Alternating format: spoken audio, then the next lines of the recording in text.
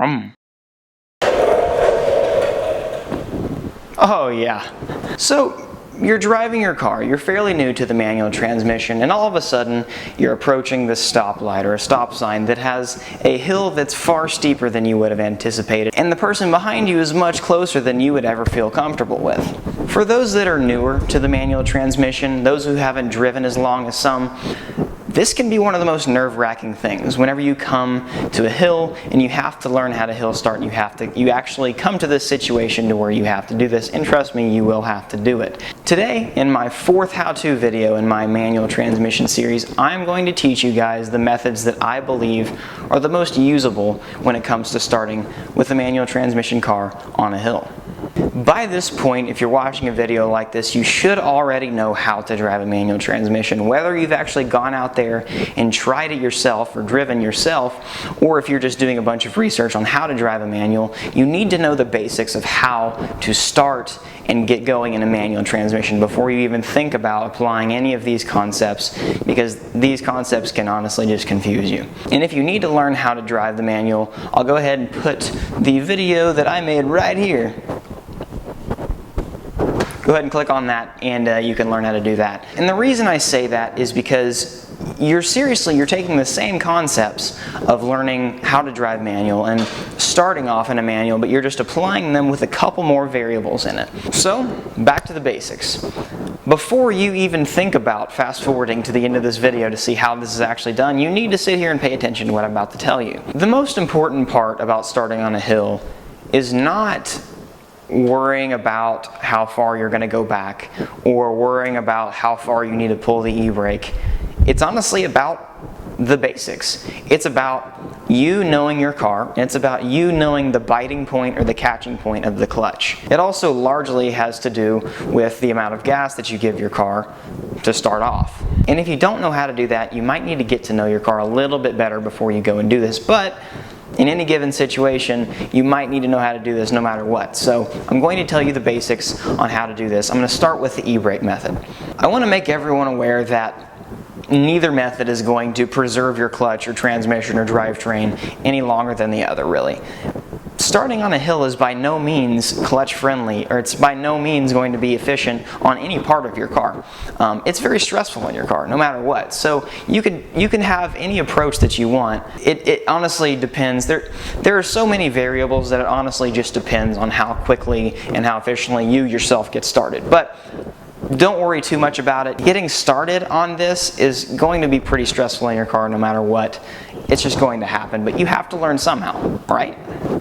Method numero uno. Number 1, we're going to talk about the e-brake method. What the handbrake does is, well, as we all know, it keeps you from moving. That's about it. And whenever you're on a hill, you are subject to gravitational force. That means you're going to roll backwards. Pulling the e-brake will prevent you from doing so. But the problem is, pulling the e-brake is not going to get you going, it's just going to prevent you from rolling backwards. So, you pull the e-brake, you've already got that down. That's not the most difficult thing you've ever heard, right? Pretty easy so far. What you're going to do now is, while the e-brake is engaged, you're going to give it a little bit of gas. And again, the gas is pretty much one of the most important parts about this, because if you don't give it enough gas, you're going to stall. And that is no fun whenever you are on a hill, because, well, you're going to start rolling backwards, or if you are in gear, you're going to just stall and everything, it's going to shake your car, and that's the worst feeling in the world. We don't want to do that. Come on. You give it gas, and obviously at this point your car needs to be in gear. I forgot to mention that, but your car needs to be in gear because obviously, use your brain. You're not going to move anywhere if you're in neutral. So, first gear. Preparation is the key on this. First gear, clutch in, because if your clutch is not in, you stall. You guys know this by now because you know the basics of the manual transmission. Clutch in, first gear, e-brake up. What you do is you start giving it gas. Gas is the first step you need to do before you do anything else aside from having this e-brake up in your hand. You give it gas, and the reason why you're doing this is because obviously whenever you start letting out the clutch, whenever you get to that biting point, the giving it gas obviously allows your car to move. What you do is you very slowly, you need to practice this without cars behind you at first, because when cars are behind you, it's the scariest thing in the entire freaking world. Let's just face it. But whenever you don't have somebody behind you, what you can do is you can slowly let out the clutch without moving your right foot. The gas stays the same the entire time, but you need to give it enough gas to where you're not going to have to worry about stalling. It might burn your clutch a little bit, but you know what? If it teaches you how to do it, it teaches you how to do it. The end of story. You need to know how to do it. So what you do is give it gas, slowly let out the clutch. You get to the biting point or the catching point of the transmission to where essentially everything latches together. And at that point, you're still holding your e-brake. What you do at this point when you start to feel your car moving is you still do the same thing with the clutch, but at the same time, you let out your e-brake. Simple as that. What you just did was you got your car moving without having to roll backwards. And this method can be used, like I said, I have never used this method on the road, but it can be very efficient, especially when somebody else is behind you. I'm fortunate enough to have a car that has something called hill assist.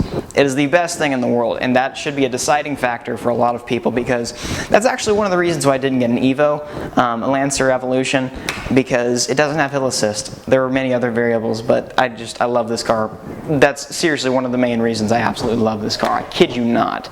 But that's aside from the point. So, and I know that I make it sound a lot easier than it really is, but all it really takes is practice. That's the whole thing. I mean, that's been a common theme from the first video until now, until the last video I ever make for a how-to series driving manual, is practice is key. But what you do, again, let's go over the steps one more time. I'll go ahead and number it for you on the screen as well, just to make it a little bit better for you. So, first gear, clutch in. That's a given. Pull the e-brake so that you don't roll back, obviously. Give it gas, okay? You slowly let out your clutch, and then as you get to the biting point, you let go of the e-brake and you're gone.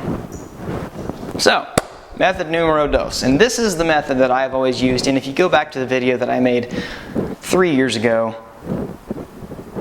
I'm not going to go there.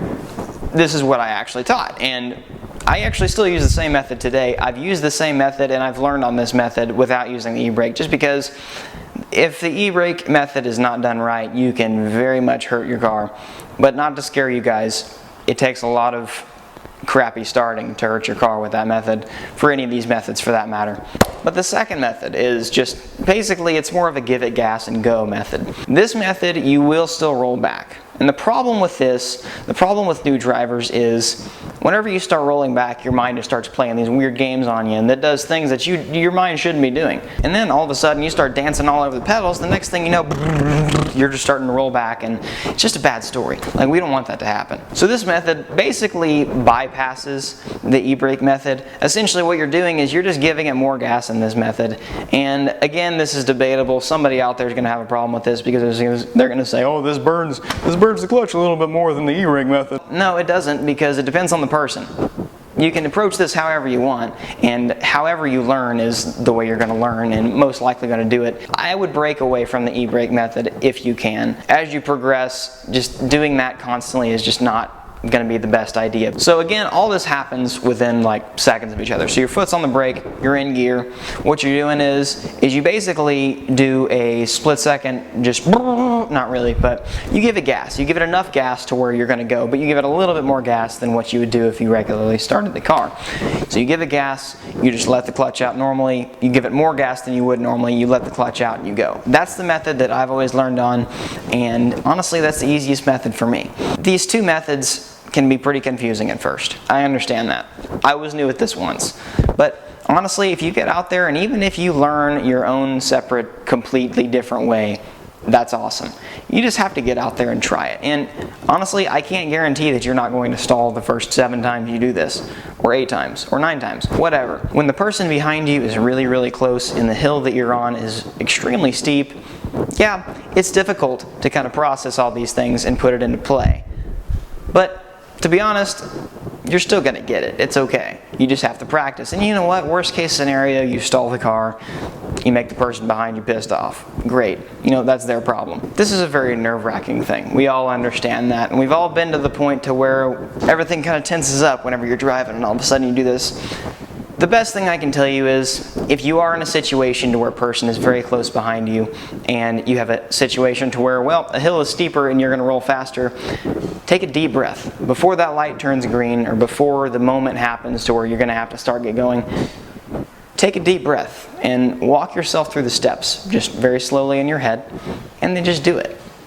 Like I said, if you stall in front of someone, Worst case scenario, they're going to get angry. You just need to keep trying. You need to take a deep breath, take it slow, and you will get it. It's a complicated thing. I understand that. And, well, as long as you get this down and as long as you practice it, you will be fine with it.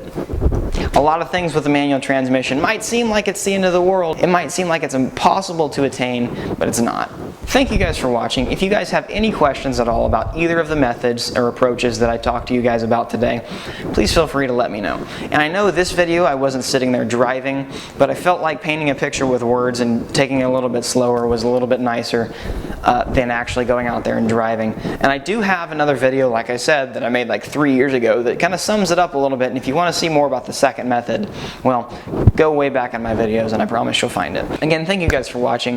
If you guys have any questions whatsoever, feel free to ask me. If I didn't cover something or you want me to cover something else, type in the comment section. Make sure your replies are enabled, because if they're not, well, I can't reply to you, and that's usually what happens. If you see a common trend where people can't reply to you on videos, well, there might be something there. Go to your Google Plus and allow people to reply, but that's beside the point. If there's anything else in regards to the manual transmission that any of you actually want to see or you want me to describe for you, or if you need to know anything else, look at my previous 3 videos and then stay tuned for stuff in the future for what I will come out with. Thank you guys again for watching. Go ahead and hit that subscribe button for more manual transmission and just race car things all the time. Stay tuned for next video, and I'll see you guys next time. Thank you for watching.